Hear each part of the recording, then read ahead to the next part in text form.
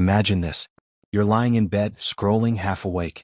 You see a video titled, "The Most Secretive Societies You Were Never Supposed to Know." You probably expect Illuminati, lizard people, and that one uncle who posts 37 conspiracy memes a day. But tonight we're not doing tinfoil hat theory. We're doing something way more unsettling. The secret groups that actually existed. Real societies that moved in the shadows, whispered in back rooms, carved symbols into stone, and somehow managed to influence wars, cults, revolutions, and the way people understood reality itself. And the weirdest part? Most of them didn't look like movie villains. They looked like philosophers, noblemen, priests. Your extremely intense math teacher. So get comfortable. Dim the lights. And remember, if you've ever been in a private WhatsApp group that says, "Don't screenshot this," you already understand how secret societies start. Let's go back. Way back. No hooded figures yet. No Gothic lodges. No Latin motto on the wall. Instead, picture ancient Greece. Olive trees, white temples, a lot of sandals, people arguing in the marketplace about the meaning of life. And somewhere in that world there's a man who looks at numbers and goes, "These are not just tools. These are divine." His name is Pythagoras. Yes, the triangle guy. The man responsible for that formula that traumatized generations of students. But before he was a meme in math textbooks, Pythagoras ran something that looked suspiciously like a secret society. He gathered followers in a closed community in southern Italy. They lived together under strict rules. They believed numbers had mystical power. They practiced silence, discipline, and loyalty. And they had rules. No eating beans, for example. To this day, nobody is completely sure why. Was it symbolic? Ritual? Digestive? Either way, imagine joining a cult where the initiations are, "Welcome, brother. We worship numbers. And we never eat beans. Ever." Pythagoras didn't just teach math. He taught a way of life. There were initiates, inner doctrines, secret teachings about the nature of the cosmos that were not meant for the average citizen outside. For the public, Pythagoras was a wise teacher. Inside the circle, he was more like a spiritual leader, mixing mathematics, mysticism, ethics, and ritual. They weren't plotting world domination. Their hidden agenda was more like, "We will understand the universe through secret knowledge, and that will make us purer, better, closer to the divine order." And if that sounds harmless, remember, whenever someone thinks they have access to secret truth that the rest of humanity doesn't deserve yet, things usually get complicated. Now travel a little further along the ancient world. Imagine a mysterious temple in Greece. Once a year, in complete secrecy, people walk a long road, carrying torches, singing, drinking a special potion. And then they disappear inside a sacred enclosure. No cameras. No notes. No behind-the-scenes vlog. When they come out, they are changed. They say things like, "I can't tell you what happened, but I'm no longer afraid of death." These were the Eleusinian mysteries. Not exactly a secret society with memberships and badges, but a secret ritual community. Only initiates were allowed. Revealing what happened inside was punishable by death. Pause on that. Something happened in there that people took so seriously, that breaking the silence was considered a crime against the divine order. We still don't know exactly what they experienced. Scholars have theories. Sacred drama, symbolic reenactments, maybe substances in the ritual drink. But the key point is this. They believed not everyone was ready for this knowledge. Truth had layers. There was the version for the crowd, and the version for the chosen few. That idea, that there are two levels of reality, one for them and one for us, will quietly move into almost every secret society for the next 2,000 years. Now we head east, over deserts, mountains, and centuries, to a time when hidden groups didn't just play with symbols and rituals. They played with knives, fortresses, and fear. You've probably heard the word assassin. You might picture hooded figures leaping off rooftops in white robes, guided by a magic eagle and excellent parkour. The reality was different, less cinematic, more psychological. In the medieval Middle East, there was a community often called the Nizari Ismailis, later wrapped in legend as the Assassins. They lived in mountain fortresses. Their enemies described them as fanatics, willing to die on command. Whether all the legends are true or wildly exaggerated, one thing is clear. They understood the power of targeted fear. While big empires marched massive armies back and forth, this small, secretive group focused on striking individual, high-profile targets. You don't need to terrorize everyone. You just need to make a few powerful people feel like they could be next. If you think about it, it's the opposite of a giant conventional army. It's asymmetric psychology. And that's one of the core ideas of many secret societies. If we can't win by being loud, we will win by being quietly terrifying. The story of the assassins is a mix of history and myth, and most of what we think we know about them comes from their enemies, which is like learning about you from your angriest ex. But their image haunts the imagination. A small group, hidden in plain sight, moving silently through the cracks between empires. Another reminder that being a secret society isn't just about robes and candles. It's about choosing a method of power that depends on remaining unseen. Let's shift again. Imagine Europe in the 18th century. Powdered wigs, candlelit salons, people arguing about reason, science, philosophy, and how maybe kings shouldn't be allowed to do literally anything they want forever. In this world, new ideas are dangerous. Talking about democracy, freedom of thought, or criticizing the church openly.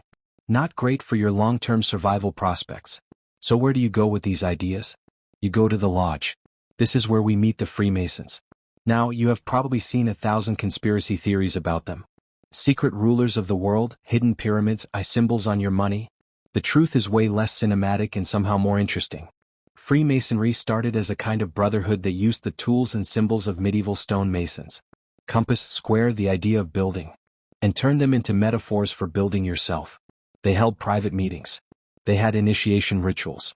They used symbols so that members could identify each other and feel part of something bigger. Were they running the planet from a smoke-filled room? Probably not. But in many countries, Masonic lodges became places where men from different classes could meet, talk freely, discuss new political ideas, and support each other's careers. The secrecy was partly practical. If you're talking about reforms, revolutions, and the possibility that the king might not be a perfect semi-divine being, you want some privacy. But there was also something else. Humans just love being in the inner circle. Secret handshakes, hidden meanings, belonging to the group that gets it. You can see this in Freemasons, in online fandoms, in cryptocurrency Discord servers, and in your cousin's weird spiritual retreat. The pattern is the same. We are not like the others. We know something they don't. Around the same period, another group appears in rumors, pamphlets, and fever dreams. The Rosicrucians. Unlike other societies that actually met in physical rooms, the Rosicrucians might have started as a story. Anonymous manifestos appeared in early 17th century Europe, talking about a mysterious brotherhood of enlightened men with secret knowledge, dedicated to transforming science, religion, and society. People went wild with it. Some believed they were real. Some claimed to be members. Others tried desperately to find them. It's like the original secret Discord server that no one is quite sure exists, but everyone swears they know someone who's inside. Here, the secret society is almost pure concept. And the agenda isn't overthrowing governments with force. It's something subtler, influencing the way people think, by spreading the idea that there might be a hidden group who already understands the future. Sometimes, the rumor of a secret society is more powerful than the actual society ever could be. Of course, not all secret groups were so mystical. Some of them were, how do we put this, extremely bored rich guys with too much time, money, and a strong desire to get away with things. Enter the Hellfire Club. 18th century England. A group of aristocrats gathers in private. They mock religion, play with blasphemous roleplay, drink far too much, and do things that would absolutely not fit in a calm, sleepy history video. Their supposed motto? Do what thou wilt. Were they a structured secret society with a grand plan? Not exactly. But what they did have, and what keeps repeating across centuries, is this. A closed group. Hidden rituals. In-jokes and costumes. And the feeling that inside this space, normal rules don't apply. This is another flavor of secrecy. Not to survive oppression. Not to exchange dangerous ideas. But to create a bubble of freedom where taboo can be safely explored. At least safe for them. For everyone else living under the rules they laughed at? Not so much. Now let's turn the temperature up. It's the 19th century. Revolutions are popping off all over Europe. Old empires are starting to wobble. New ideas about nationhood and liberty are spreading. Some people want change, but can't organize openly. Write a pamphlet? You get arrested. Start a rally? Police. Try to argue in the parliament? There is no parliament. So they form secret societies dedicated to revolution. In Italy, groups like the Carbonari, the charcoal burners, used coded language, secret signals, and small cells to conspire against existing regimes. They met in back rooms, used everyday occupations as cover, spread messages through whispers, signs, and rituals. On the surface, they were just citizens. Underneath, they were part of a shared invisible project. We will build a different country. But for now, we are ghosts. You can see the pattern now, right? Sometimes secret societies exist to protect power.